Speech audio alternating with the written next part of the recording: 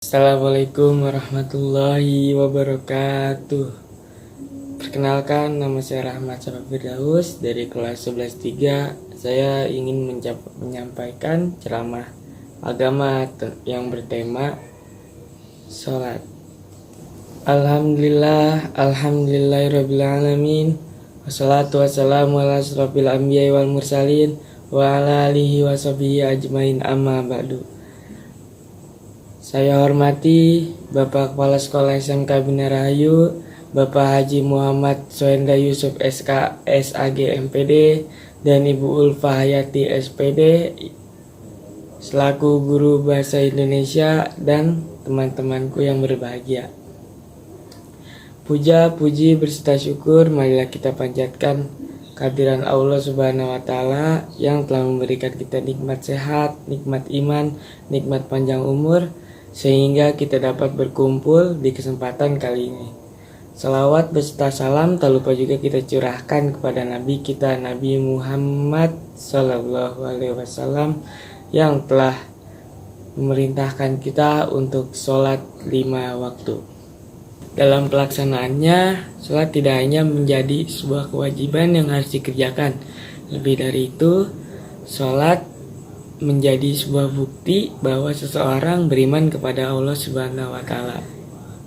Salat adalah sebuah kewajiban yang harus dipenuhi oleh muslim sebagaimana diajarkan pada agama Islam. Rasulullah SAW bersabda, barang siapa yang lalai dalam mengerjakan salatnya dan meninggalkan dengan sengaja, maka ia telah melaksanakan dosa besar. Berapa banyak manusia yang telah mudahnya bahkan tanpa ada rasa sesal meninggalkan sholat. Berapa banyak yang meninggalkan sholat subuh karena bermain game semalaman. Berapa banyak pekerja yang rela meninggalkan sholatnya demi kebahagiaan semata. Hadirin yang berbahagia, pertanyaan-pertanyaan di atas sudah seharusnya kita memutuskannya dengan selalu menjalankan sholat wajib dalam keadaan apapun. Dalam sebuah hadis sahih menjelaskan bahwa yang membedakan antara orang mukmin dengan orang kafir adalah salatnya. Sebagaimana peristiwa Isra Mi'raj, kita bisa lihat perjuangan Nabi kita, Nabi Muhammad SAW, menghadap Allah Subhanahu wa Ta'ala untuk mendapatkan wahyu perintah sholat. Allah memerintahkan sholat kepada umat Nabi Muhammad SAW 50 rakaat dalam semalam. Rasulullah sampai 5 kali bolak-balik menghadap kepada Allah Subhanahu wa Ta'ala meminta agar Allah Subhanahu wa Ta'ala mengurangi rakaat sholatnya.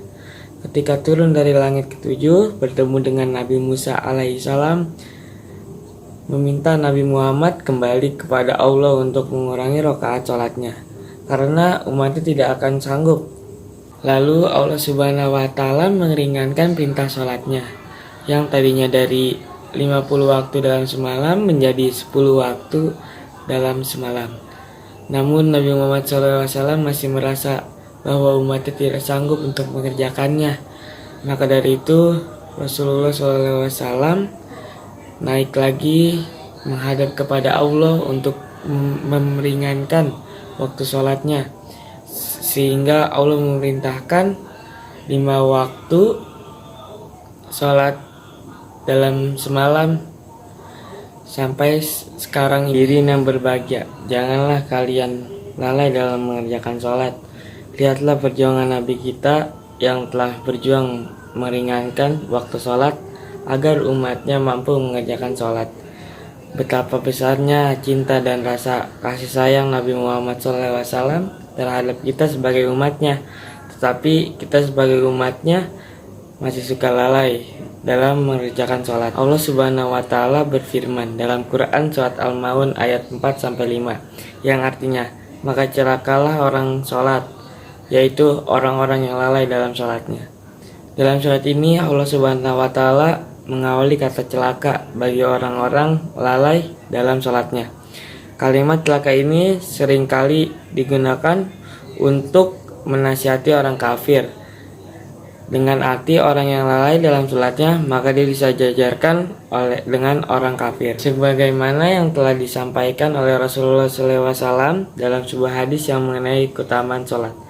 Maka sebagai umatnya melakukan sholat wajib 5 waktu ini dengan yang lapang adalah sebuah kewajiban.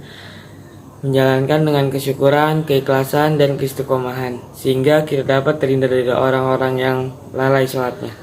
Sebelum saya menyelesaikan ceramah pada hari ini, marilah kita berdoa kepada Allah Subhanahu wa Ta'ala agar kita dijauhkan dari perilaku orang yang dengan sengaja meninggalkan sholatnya.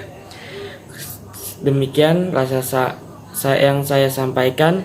Semoga bermanfaat dalam kehidupan sehari-hari. Kesepian tanpa kekasih. Cukup sekian, terima kasih. Wassalamualaikum warahmatullahi wabarakatuh.